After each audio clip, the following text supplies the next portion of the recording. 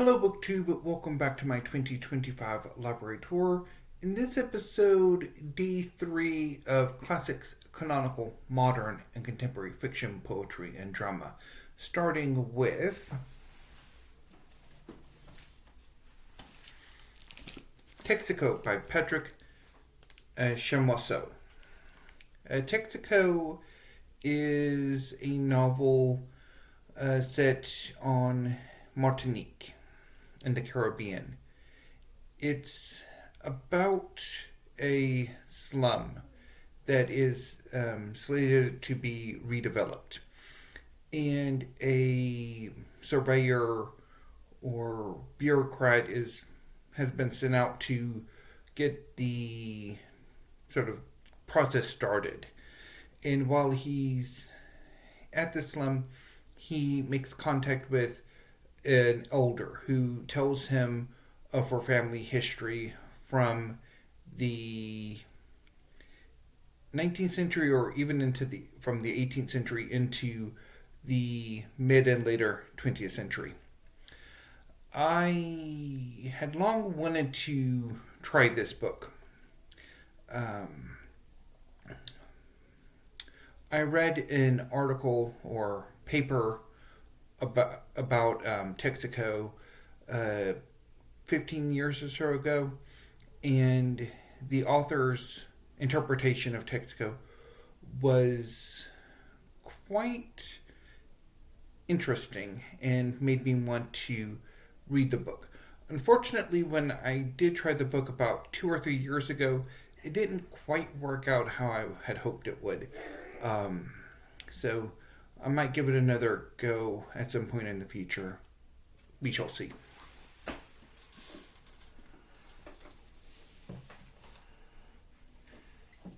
Next is Bite Hard by Justin Chin. Justin Chin was a gay Singaporean American poet whose oeuvre lasted from the 90s through the early 2000s. I read him in Word of Mouth, which I talked about on Monday, and alongside a number of other poets from that anthology, I collected quite a large number of Justin Chin's work in the early 2000s. I think 4. I think 2 volumes of poetry, a collection of prose pieces, and a memoir. Or I think that's what Burden of Ashes is, or autobiographical novel in prose poetry or something like that. It's been a long time since I read the other works. I ended up getting rid of what I had, and I have for the longest time regretted it. And last year, or the year before, I finally got around to correcting that when I bought again Bite Hard. Although rereading this collection of poetry, I don't quite remember, it's not quite what I remember it to have been. Which we will revisit again, because there's another poet on this shelf that I've had similar experiences with.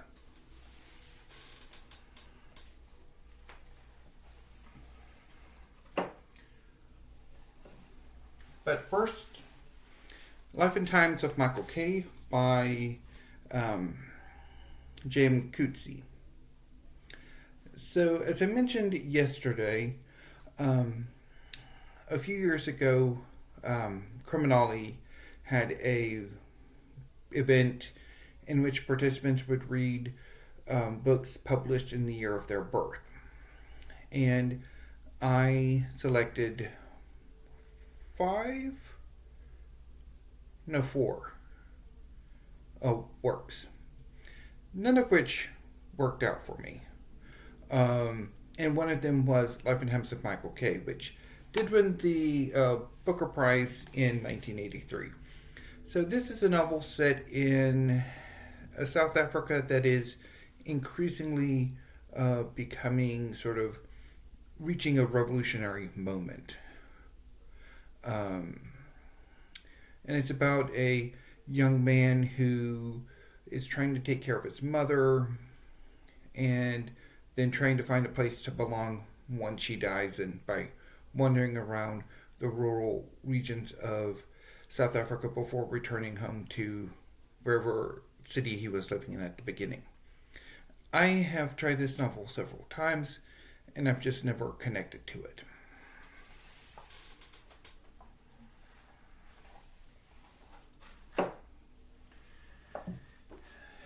This is one of the few Victorian novels I still have, The Moonstone by Wilkie Collins. This is an early mystery novel.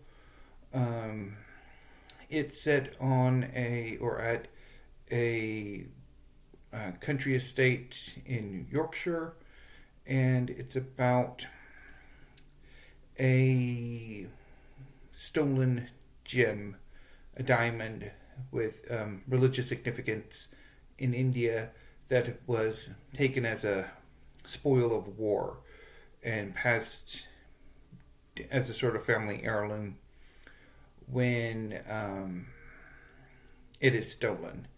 And there are a number of suspects. And this book is interesting in that it uses a number of points of view to sort of tell the story. I have at times quite liked The Moonstone, and at times have not gotten on with it.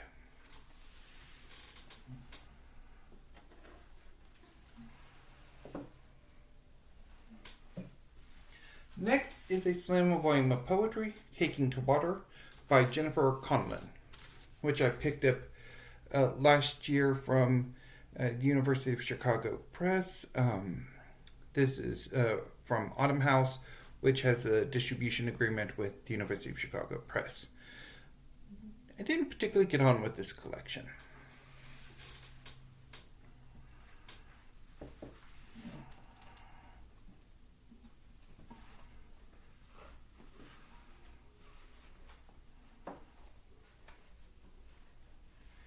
Sticking to poetry, next is A Little More Red Sun on the Human, New and Selected Poems by Gillian Conley. So I've had this collection for a number of years. I first encountered Gillian Conley a few years ago when she hosted a discussion, and I looked her up, found out she was a poet, and wanted to read something by her. And eventually I settled on this new and selected collection of her poetry, which I have at times really enjoyed and at times have not quite gotten on with, which is rather frustrating. I had hoped my reading of this in 2023 would have settled things, but I tried to reread it late last year and it didn't quite work.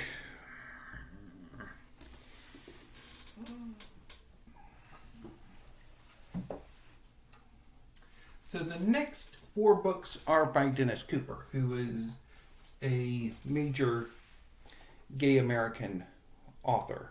First up is Closer. I believe this is his first novel.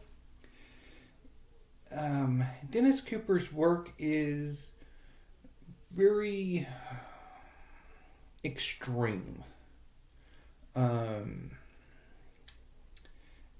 definitely not everybody's cup of tea. I have had this for, I think, all of his books for about almost 20 years. Because I think I picked this up from... Did I? No. I did not get this from Powell's. I think I ordered it used from Barnes & Noble. At the time, Barnes & Noble had, you could buy used books through them. I don't think you can do that anymore. So I picked this up from them. And I don't remember much about it, which probably argues for a reread attempt.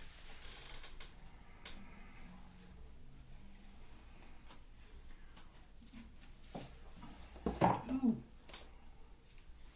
Excuse me real quick, I have a bit of a issue. There we go.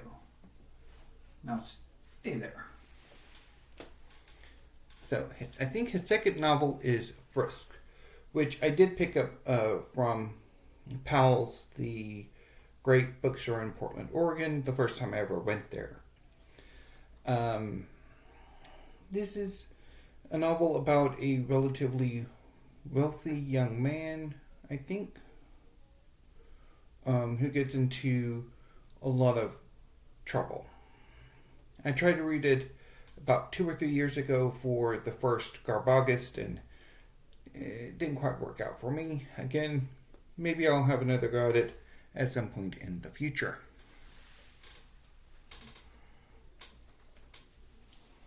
So the first book by Dennis Cooper I ever had in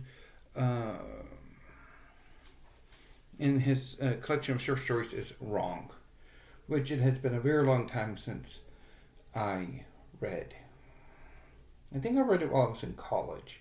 Maybe while I was still in high school, but I think I got around to it in college. Or managed to actually read it. I might have tried it still in high school and didn't get on with it, and then had more success at some point in college. Now, the last book of Dennis Cooper's that I have is The Sluts. So this is a novel that's not part of his extended George or Greg Miles series. It's about I guess you could say a precursor to, like say, OnlyFans or Chatterbait, or Grindr. It's about a male prostitute who elicits quite the following online. And the story is told largely through the interactions of these fans. And one in particular who is very creepy and who may or may not have done something terrible to the young prostitute. It has been a very long time since I read it. I read it back in 2006 when I was in graduate school in San Francisco, which is where I picked this up.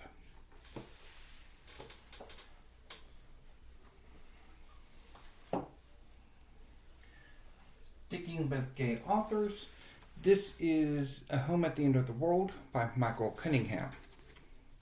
This is his first novel. It's about two friends in Cleveland. One of whom grows up to be a young gay man. The other one grows up to be a straight chef. There's some unresolved sexual tension between the two of them. The gay friend moves to New York and becomes an author or a writer and contracts AIDS. The friend becomes something of an adopted son to the friend who moves to New York's mother, and they open up a restaurant together or something. And then he eventually goes to New York as well, where he falls in love with the roommate of his friend, and they have a sort of not quite a polyamorous relationship. The friend eventually becomes pregnant, and before she leaves them, they kind of come up with a fiction that she's not entirely sure which of the two men is the father of her baby. I'm not entirely sure if the two friends themselves begin to have a relationship or if it's still platonic and the gay friend has his own romantic relationships. It's been a very long time since I've read this book, about 20 years. I read it in a 2-novel bind-up edition with the second of Michael Cunningham's novels. That has long since left my collection, and I really wanted to re-add this to my collection a year or so ago, and quite happy to pick up this particular edition because it was adapted into a movie in the early 2000s, and I'm pretty sure there's probably a movie tie-in cover, which I do not want. Because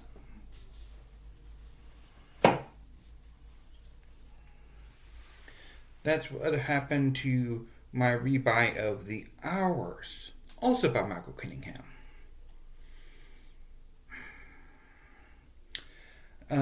So this is his third novel, and the one for which he won a Pulitzer Prize in, I think, 1999 or 2000. It's the story of three women told over the course of several decades. The first one is the death of Virginia Woolf. The second story is of a woman eventually escaping an abusive relationship, an abusive marriage. And then the third part is a middle-aged woman who is best friends with the son of the second woman. And her story is, I think, basically a reimagining of Mrs. Dalloway. I read this all the way back when I was in high school and got rid of that copy, which, given the fact that I have the movie tie-in, I am still kicking myself for, and hadn't read it since. So I'm hoping maybe at some point I will be able to reread this, and maybe one of these days get a different cover, or get a different edition without this cover.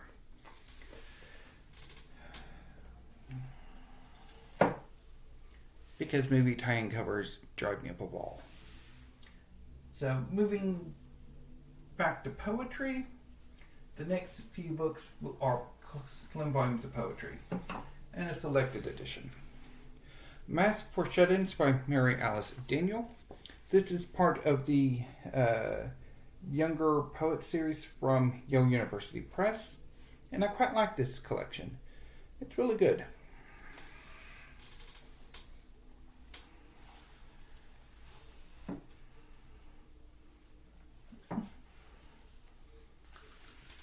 From LSU, I have Dear Vulcan by Laura Davenport, which is also quite a good collection. I rather liked it.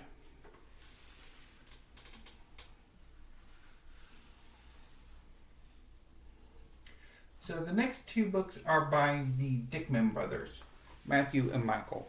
First is All-American Poem by Matthew Dickman. This is his first collection of poetry. It won some award.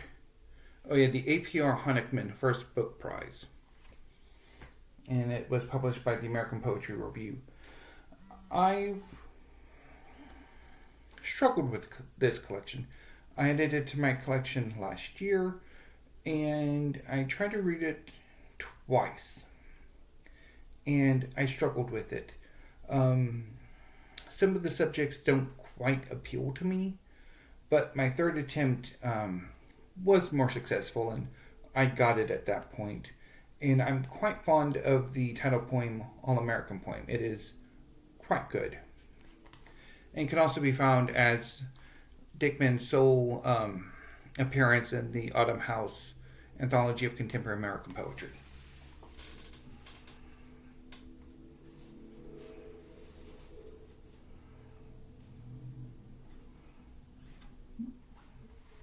I also have the debut poetry collection by Matthew's twin brother Michael, The End of the West, which is also quite good. Really enjoyed this one. Didn't have nearly as much trouble with this one as I did with All-American Poem. Although I would like to have more collections from both brothers.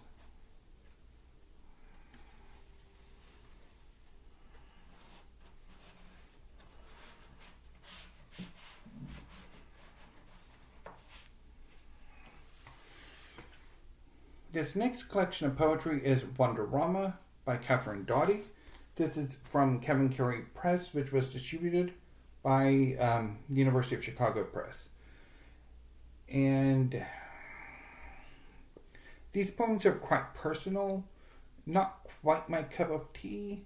I've read it a few times and it's okay, but not my cup of tea.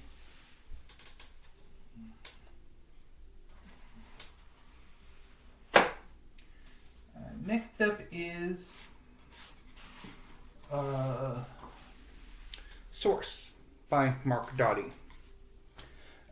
So I had a copy of this book back in the early 2000s. Much like with Justin Chin, I first encountered Mark Dotty through the anthology Word of Mouth. And I added this collection to my collection and remember it quite fondly. Although when I reread it last year or the year before, I don't recall, it's not what I remember it to have been. Like, I remember a different book. But I mean, it has been so long since I read it the first time, so I probably did forget quite a bit.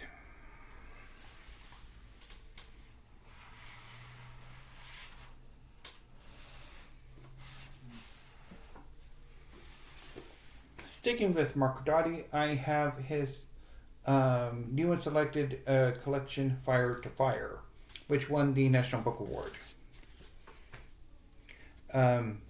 This is a pretty cool new and selected collection. It's been a while since I've read it. I picked it up a few years ago, had some trouble with it the first time I read it, came back to it a year or so later and really enjoyed it, but I haven't reread it since, I don't think. Or I don't remember.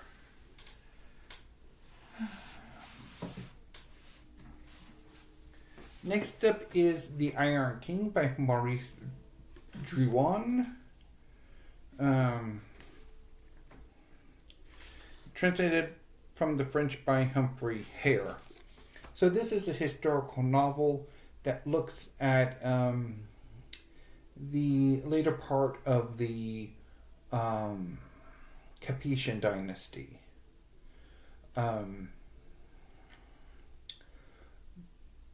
Basically, this story covers a sex scandal that occurred shortly before the deposition of Edward II in England.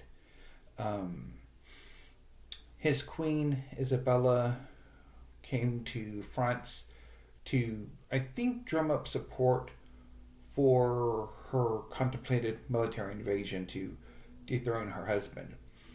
And while she was there, she uncovered or was involved in some way, shape, or form with the accusations that the wives of her brothers, her sister-in-laws, were cheating on them.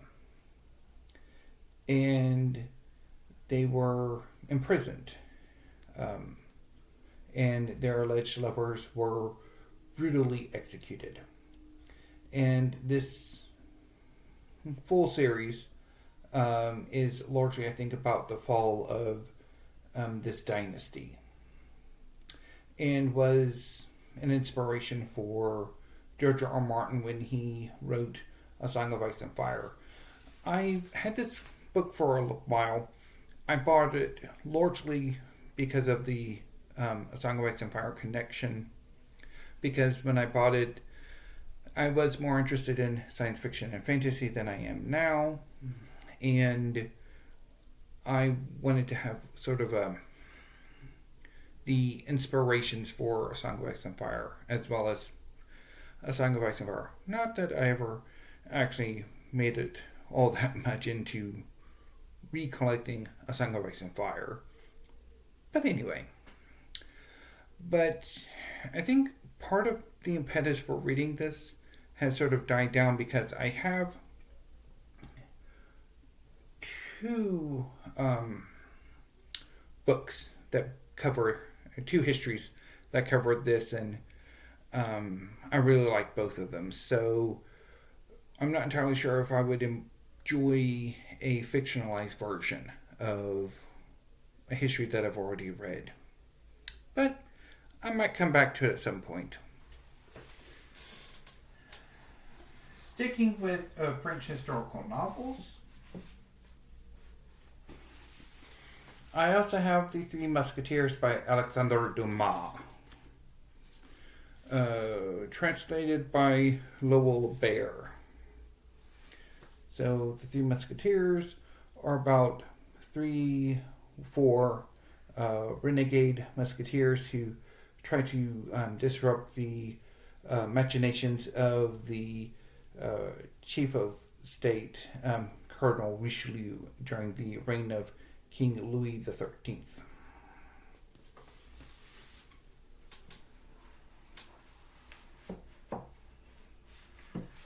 Next is Jennifer Egan's A Visit from the Goon Squad, which won the Pulitzer Prize a few years ago, and is largely a collection of short stories, not so much a novel.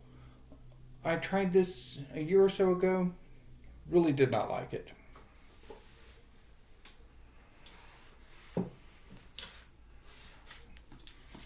Back to the Victorians with The Mill on the Floss by George Eliot.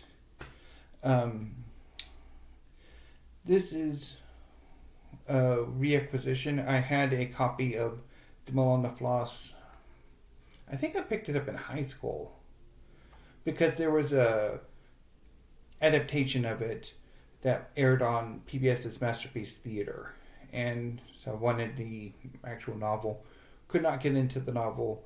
Then did not get into it when I tried to read it again for a Victober a few years ago.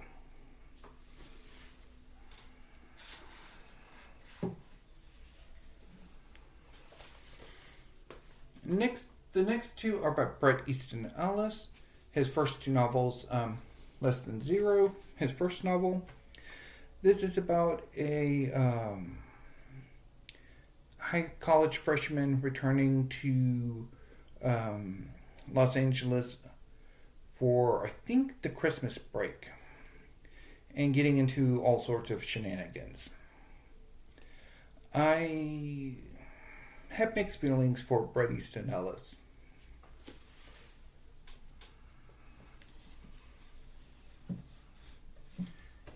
His second novel is The Rules of Attraction, which is about a group of students at this university and the shenanigans they get up to.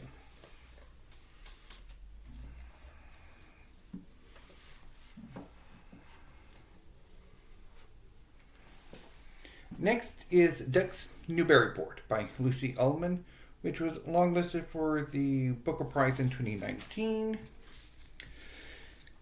and is a 1,000-page novel composed of about 5 sentences.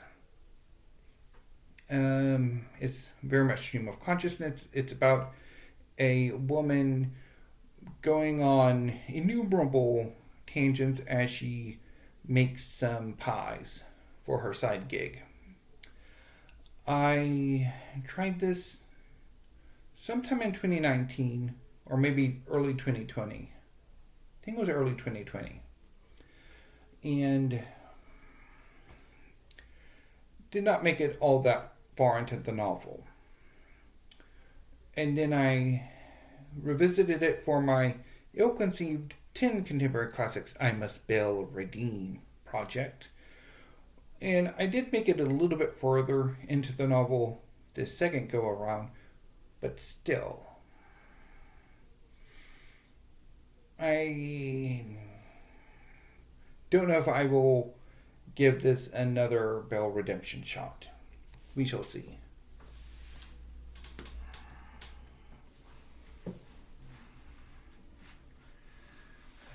Returning to poetry, this is Claude Before Time and Space by Claudia Emerson. It's one of Emerson's last poetry collections. Not a favorite of mine. I didn't particularly like it.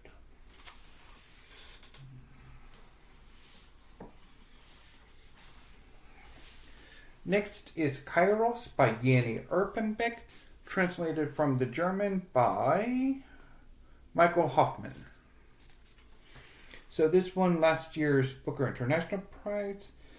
It's about a young woman who embarks on a very toxic, eventually abusive relationship with an older author who I think probably works for the Stasi as an informer in the final years of the German Democratic Republic, or East Germany. I read the novel, I had to go at the novel a few months ago, and I liked what I read, but after a certain point, I started to lose momentum and interest and bailed on it. But I think I'll revisit it at some point. Maybe.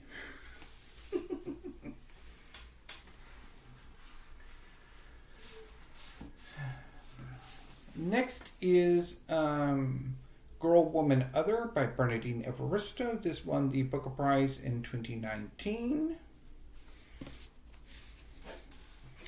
And this is a novel of linked stories about a group of women and one non-binary or trans man, and how they eventually all interconnect.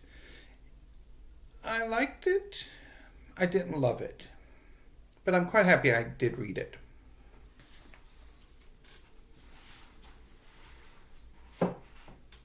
The next three books are by Percival Everett. So, first up is Erasure, his novel about a author who eventually decides to play a practical joke and write a novel as if he's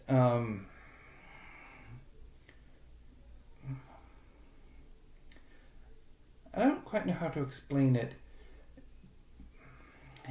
Basically, the conceit of the novel is that there's this really successful novel that is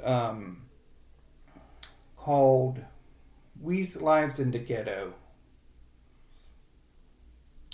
And he decides to sort of play a practical joke or something. So he writes under a pseudonym My Pathology. And things progress from there. I never got quite that far into the novel to really see his relationship to the author of that one novel and his decision to sort of write his own sort of novel. I didn't make it all that far into the novel. Percival Everett's work doesn't really appeal to me, and I've tried a few times now, as we shall see.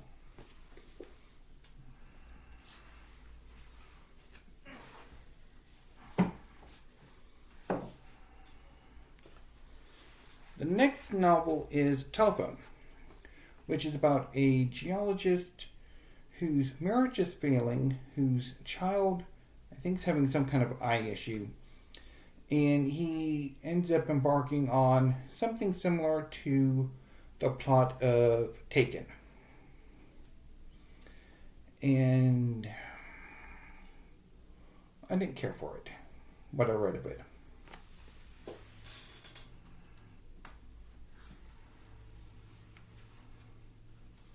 I also have Percival Everett's breakthrough novel, The Trees, which is about two detectives investigating the murders of the descendants of the people who were the murderers of Emmett Till. And as part of the MO of the murders, the body of a young man who passably resembles Emmett Till, who's been brutally murdered, is sort of there at the scene of each crime with the more recently murdered men's testicles in his hand. I didn't particularly care for this.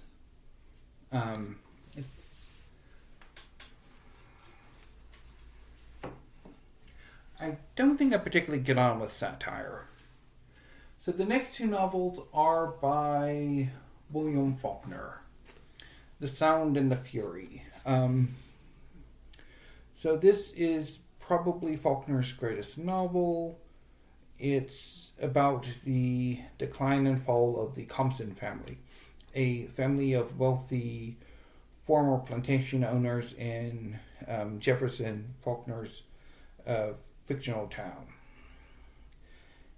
It's divided into three parts, with each of the three Compson boys giving their thoughts. So the first part is from the youngest son's point of view, the second part is from the oldest son's point of view, and the third part is from the middle son's point of view. And when I read the novel for the first time back in the early 2000s, I rather liked it. But coming back to it more recently, didn't care for it all that much. And the same is true of As I Lay Dying, which I also read for the first time in the early 2000s and remember quite fondly. This is the story of a poor family of farmers named the Bundrens, whose matriarch dies at the beginning of the novel. And for some odd reason, the family decides to accede to her request, if she actually made the request, mind you, to bury her in Jefferson, the town in Yakima County. So the family goes off on a weird, embarrassing, quixotic, disastrous quest to bury her, which ultimately sees the family perhaps break apart. So, as I said, I remember the novel quite fondly. I read it a few times in the 2000s, but last year this novel was the Faulkner for Faulkner in August, and I tried to reread it because I have this copy, and I could not get into it at all. Just no.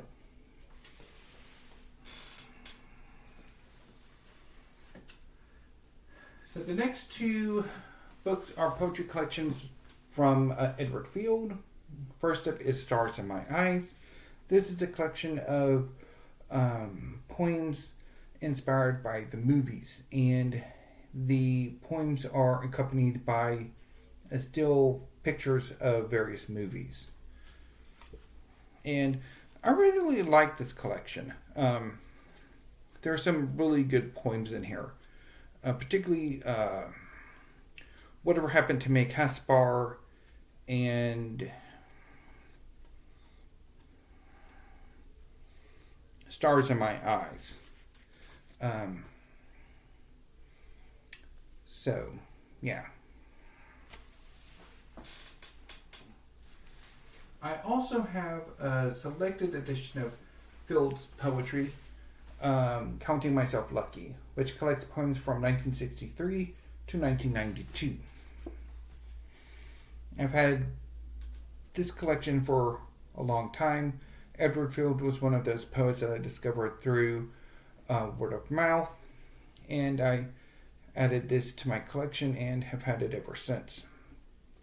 I did have Stars of Maya at that time too, but I did get rid of that copy and subsequently re-added it later when I came to regret it.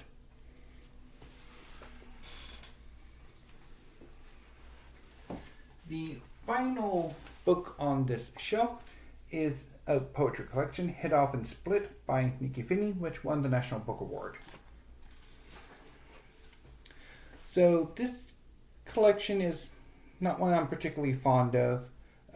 It did take me a bit to manage to read. I think I gave it 1 or 2 shots before I finally read the whole of it, but it never really connected to me.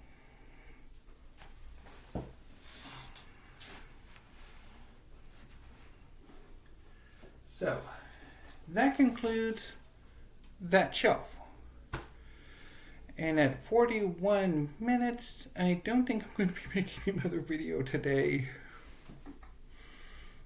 I might make one, if I feel like it, I might make one later in the evening. But for right now, this is probably it for me today. And I'll be back tomorrow with day 4 of classics, canonical, modern, and contemporary fiction, poetry, and drama, which will be this shelf right here. So until then, BookTube, thank you, have a great afternoon, and stay safe.